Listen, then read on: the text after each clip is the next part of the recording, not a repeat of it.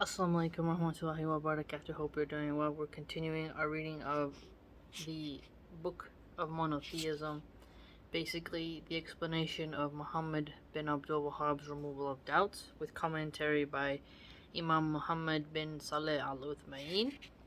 It really digs into what monotheism looks like, Tawheed, in Islam, and I find it very beneficial. Let's continue. We're in a new section. And so that all vows would be for Allah alone, so that only His salvation, istighathaha, would be sought, and such that all acts of worship would be directed to Allah alone. Okay, so all acts of worship directed towards Allah alone, we're very familiar with that by now. 1. The word vow, nadr, is generally used to describe obligatory acts of worship, but it is also used specifically to refer to an individual committing himself to something for the sake of Allah Azza wa Jal. The intended meaning of the word vow here is the first definition, since all worship is to be for the sake of Allah Azza wa Jal. As He, the Almighty, says, quote, "And your Lord has decreed that you worship none other than Him." Surah Al-Isra 17:23. So another ayat here that talks about Tawheed.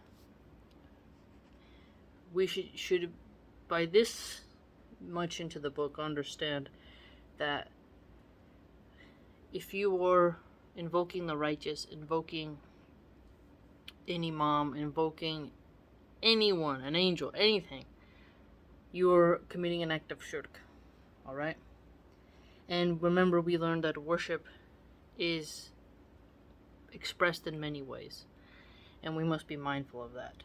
And we also must remember that we have obligatory acts of worship in Islam, and voluntary as well. And that it's very important to know that we need to be achieving as much as we can of the obligatory acts, while also attempting to do mass amounts of voluntary acts, but with the sincerity of doing it for the sake of Allah in our heart. Number 2, the word istighathaha, so it's spelled istighathath, means to seek relief and salvation at times of hardship and when on the verge of destruction. It can be divided into 4 categories. So 4 categories. So we know that when you're putting your hope in something, that's an act of worship. If you need hope and you're in despair, you're supposed to turn to Allah alone. So if you need relief, you don't turn to an intercessor. There is none. Rather, you need to turn to Allah alone in your worship. So all aid, essentially. So the first category of this word, istighatha, which means to seek relief and salvation at times of hardship or you're on the verge of destruction. Okay? Seeking relief and salvation, istighatha, from Allah subhanahu wa ta'ala, which is from the best and most perfect of actions. It was the practice of the messengers, may Allah be pleased with them all, and their followers, and the proof of this can be found in the statement of Allah subhanahu wa ta'ala. So what do we learn here? The prophets, the messengers, they turn to Allah alone, and we are to imitate that. There's a ayat here for us. Quote, "Remember when you sought the help of your Lord, and He answered you. Indeed, I will reinforce you with 1,000 angels, following one another in succession." Surah Al-Anfal 8:9. So, right here, when you sought the help of your Lord, that's evidence to support His claim that the practice of the messengers was to seek relief and salvation from Allah subhanahu wa ta'ala alone.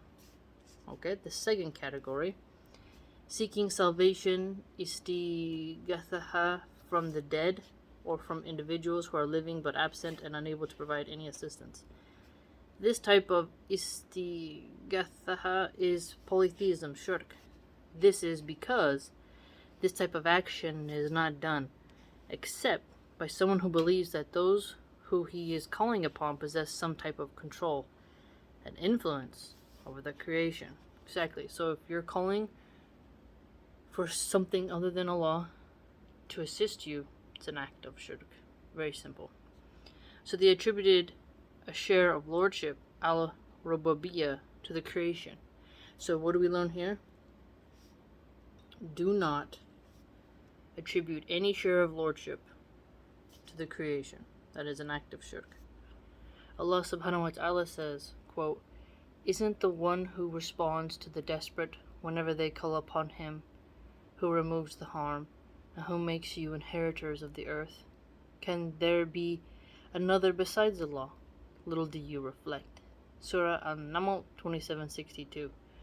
So the one who responds to the desperate. The one who responds to the desperate. So remember, we learned that the word istighatha means to seek relief and salvation at times of hardship. And when you're on the verge of destruction, we just got another evidence that the desperation, the call for help, call for relief, is found in this ayat, which leads to more support for this term, this word. Third category, seeking relief and salvation from those who are living and able to provide assistance. This is permissible, and it is just like seeking their aid. Allah subhanahu wa ta'ala said concerning the story of Moses, and I'll be pleased with him, quote, and from his faction who called for help against one of his enemies, so Musa struck him and killed him. Surah Al-Qasas 28:15. So this one is a very important one for me, because you're looking for some type of business venture aid, a recommendation to a doctor. There's ways of seeking assistance in times of economic desperation that are not the same as shirk. So we have to make sure we understand that, because sometimes it can seem like those are the same thing, right? Oh, don't seek help from humans because we need to rely on Allah.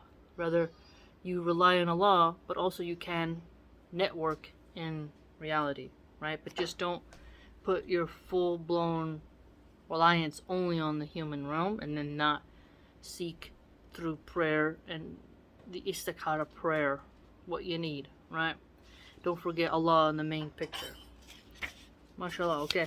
And then the fourth category, seeking relief and salvation from a living person who is unable to provide the necessary assistance without believing that he possesses any special hidden influence over the creation.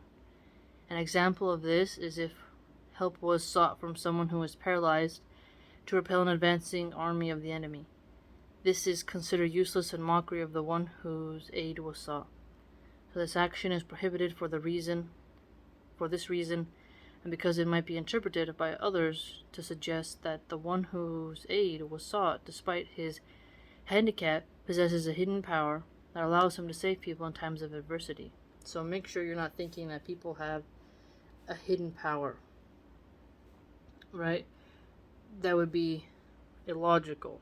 You're not supposed to seek relief and salvation from a living person, because that's absurd. Alright? Very educational, this little tiny segment. And remember the word vow, nadar, okay? Which is used to describe an obligatory act of worship, spelled in English N-A-D-H-R. So we should annotate that. Okay? And then we learned the other term was istighatha, and that it has 4 categories that help us to understand it. Excellent. Another evidence string of reasoning about why Islam is different, why we have no saints or intercessors, and how we have pure monotheism, and what makes us different than other faiths that invoke things other than the creator of the universe, right? And when we learned also that the messengers sought help from Allah alone. That is their practice, and we are to imitate that in our own lives. Hope you're doing well. By the way, if you'd like to join my blog, it's www.subscribestar.com/milhanarchive. Hope to see you there.